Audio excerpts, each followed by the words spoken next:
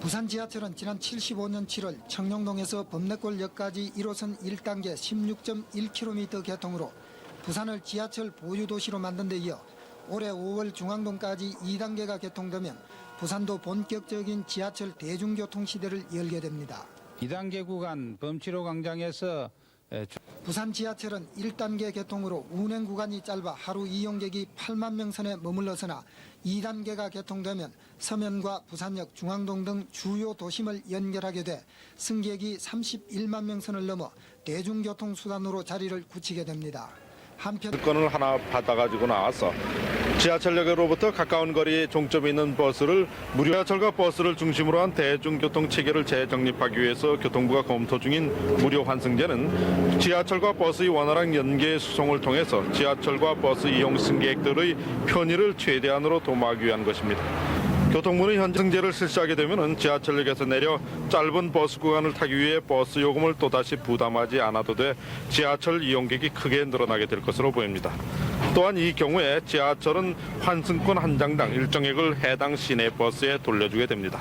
지하철 버스 무료. 만약에 지하철에서 소매치기를 당했을 때 어디다 신고를 하시겠습니까? 여기서는 뭐 할 데가 없죠. 신고할 만한 마땅한 장소가 없는 걸로 알고 있습니다. 지난 85년 지하철 4호선이 개통돼 지하철 이용 인구가 급격히 늘어나면서 지하철 범죄도 늘고 있습니다. 경찰에서 처리한 사건만도 85년에는 1년에 800건, 지난해에는 1000건을 넘고 있습니다. 그러나 경찰에 신고되지 않은 피해 건수는 이보다 훨씬 많다는 게 지하철 관계자의 얘기입니다. 이처럼 지하철 범죄가 늘고 있는 것은 다른 교통수단에 비해 이동이 빨라서 범인이 순식간에 현장을 빠져나갈 수 있고 피해 즉시 신고할 만한 곳이 없는 데다 경찰의 기동력이 뒤떨어지기 때문입니다. 현재 서울 시내 100여 개 지하철역 가운데 경찰 출장소가 지하철역에는 청원경찰도 근무하고 있지만 시설 경비에 주력하고 있고 사법권조차 없어서 범죄에 대처하지 못하고 있습니다. 특히 지하철에서 일어나는 범죄는 소매치기와 폭력이 주종을 이루고 있어 사후 처리보다 예방 단속이 절실한 형편입니다. 따라서 지하철 범죄에 신속히 대처할 수 있는 신고 체계나 전담 수사 체계가 시급히 마련돼야 한다는 게 시민들의 얘기입니다. 취재했습니다. 이곳은 2달 전 맹인 한 사람이 발을 헛디뎌 목숨을 잃은 당산 전철역입니다.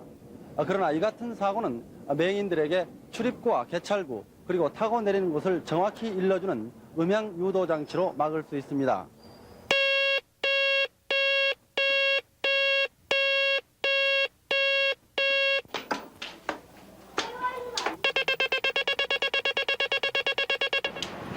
다시 말해 출입구와 개찰구 그리고 승차대에 설치된 음향기가 각각 다른 소리를 내게 되면 이를 찾은 맹인은 그 아래에 부착된 점자 글씨를 통해 갈 방향과 위치를 정확히 알 수 있도록 한 원리입니다. 맹인들이 지하철 이용하는데 또 굉장히 큰 도움이 될 것 같습니다. 자신도 시각장애자이면서 우리나라 15만 시각장애자들을 위해 이 장치를 고안했다는 신 씨는 서울 시내 모든 전철역과 지하도 등에 이를 설치함으로써 맹인들의 큰 고통을 덜 수 있을 것으로 확신하고 있습니다. 그러나 설치 비용을 마련하지 못해 아직 실용화되지 못한 것을 신 씨는 안타까워하고 있습니다. 서울시와 철도청은 냉방시설이 안 돼 있는 지하철 1호선과 수도권 전철에 대해 올해부터 20%씩 5년에 걸쳐 냉방시설을 완전히 갖추기로 했으나 예산과 공사비 차이가 너무 커 올해 계획이 이루어지지 못하게 됐습니다. 서울시는 철도청과 함께 첫 해인 올해 지하철 공사 소속 18량과 철도청 소속 80량 등 모두 98량에 대해 냉방시설을 하기로 하고 차량 한 량에 4,500만 원씩의 예산을 책정했습니다.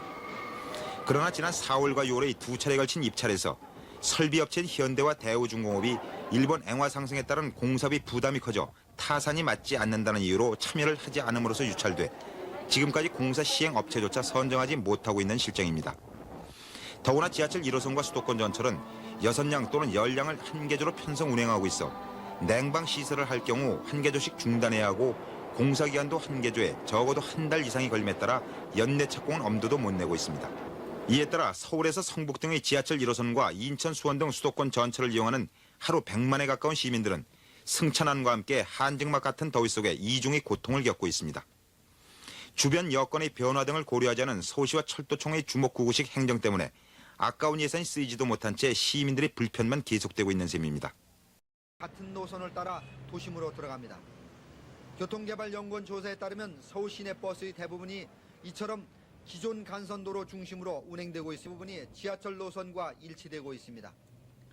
특히 서울 지난 85년 지하철 3, 4호선 개통 때 전면적인 버스 노선 개편 등을 통한 연계 수송 체계 구축이 되지 않았기 때문에 지하철과 중복되는 경쟁 노선의 버스 집중 당역 주변에는 과천 방면과 남부 순환도로 그리고 시내 중심가를 오가 버스 정류장이 만나는 변두리 지역에선 한 장의 승차권으로 지하철에서 내려 시내 버스를 갈아탈 수 있습니다.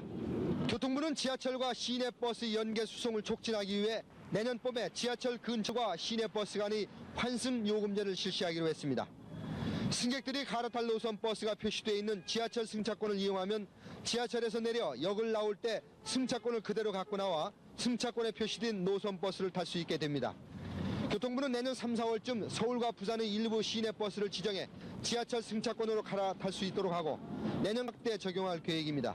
또 지하철에서 버스로 갈아타는 환승 승차권을 살 경우 기존 요금보다 다소 싸게 해 승객 부담을 덜도록 할 계획입니다. 교통부는 지하철을 먼저 타고 시내 버스로 갈아탈 때만 가능한 환승 요금 제도를 89년쯤에는 버스를 먼저 타고 지하철을 탈 때도 적용할 방침입니다. 또 계획대로 전동차를 12분에서 16분 간격으로 하루 70회 왕복 운행하게 되면 하루 평균 11만 명의 수송이 가능해져 수도권 전철 이용객의 수는 116만 명 이상으로 늘어나게 됩니다.